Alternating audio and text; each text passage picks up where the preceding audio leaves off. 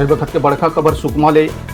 सुकमा के रामाराम में पहुंचे राम गमन वन रथ ला बिना माटी लेहे वापस लौटेल पटीस। सर्व आदिवासी समाज रथ के पुरजोर विरोध करी। सर्व आदिवासी समाज का कहना है कि रामाराम रे राम के कोई लेना देना नहीं है। प्रशासन है पेशा कानून के उल्लंघन करत है, ऐसे आरोप लगाते हुए पुरजोर विरोध करी। जिला लेके राम वन गमन रथ ला बगैर माटी लेहे वापिस लौटेल पटीस।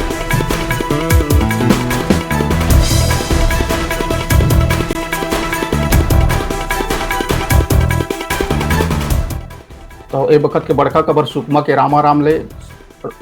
रामाराम में सर्व आदिवासी समाज मन सैकड़ों की संख्या में इकट्ठा हुई और राम वन गमन रथ के पुरजोर विरोध करीन।